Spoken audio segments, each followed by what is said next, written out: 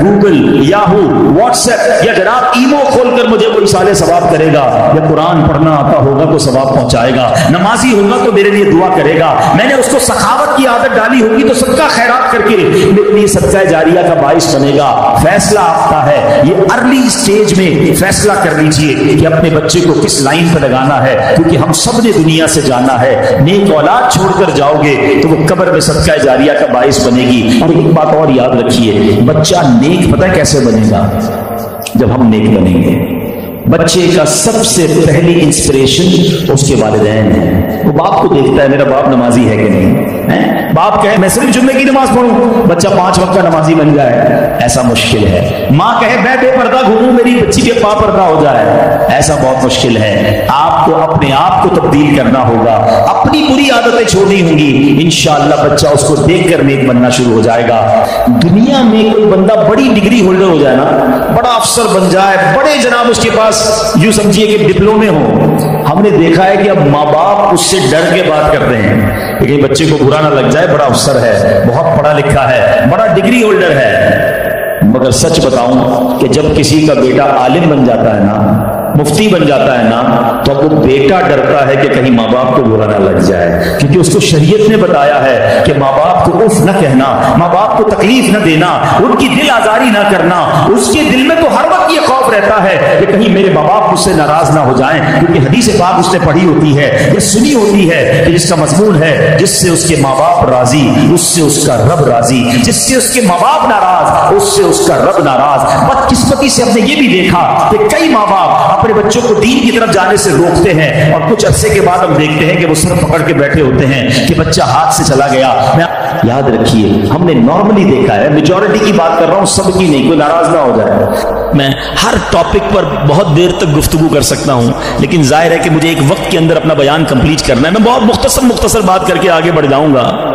وہ لوگ جن کے ماں باپ حیات ہیں، خدا کی قسم یہ رب کی بہت بڑی نعمت ہے، ہمیشہ ان کی قدر کرنا۔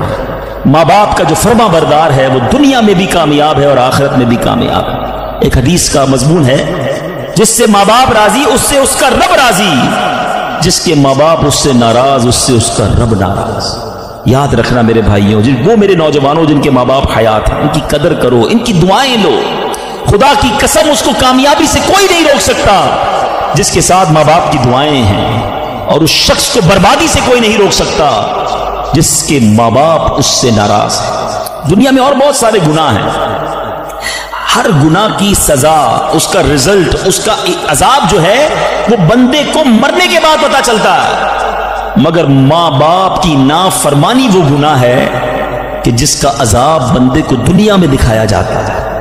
جو ماں باپ کا نافرمان ہوتا ہے نا، اس کی اولاد دنیا میں اس کی نافرمان ہوتی ہے۔ آج آپ بہت سارے اسلام میں پرچیاں بھی دیتے ہیں، دعائیں بھی کرواتے ہیں۔ میں آپ کو ایک مشورہ دیتا ہوں، ادھر ادھر دعائیں مت کراؤ۔ جس کے پاس ماں ہے نا، اپنی ماں کے قدموں میں بیٹھ جاؤ۔ خدا کی قسم ماں دل سے دعا کر دے طوفان ٹل جایا کرتے ہیں۔ بھول گئے آپ کہ جنت میں موسیٰ کا پڑوسی بنا دیا اللہ نے؟ ایک کسائی کو ماں نے دعا دی تھی، اللہ نے موسیٰ کا جنت میں پڑوسی بنا دیا۔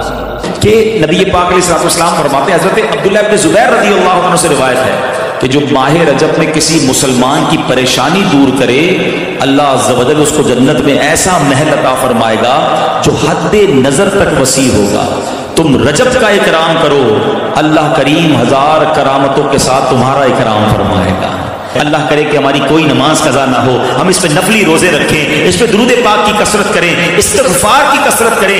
اللہ کا مہینہ ہے، خوب اللہ کی طرف لو لگائیں کہ یا اللہ تیرا مہینہ آ گیا، بندہ بھی تو میں تیرا ہوں، میرے مولا تو میری مغفرت فرما دے۔ اللہ ہمیں اس مہینے کی برکتیں عطا فرمائے۔ پتھر کتنا سخت ہوتا ہے سمجھیے گا، یاد رکھیے سختی کی اور بھی چیزیں ہوتی ہیں۔ لوہا بڑا سخت ہوتا ہے، لکڑی بڑی سخت ہوتی ہے، مگر لوہا آگ سے نرم ہو جاتا ہے، لکڑی پانی سے نرم ہو جاتی ہے، مگر پتھر کتنا سخت ہوتا ہے، نہ آگ میں گلتا ہے نہ گرمائش میں پگھلتا ہے۔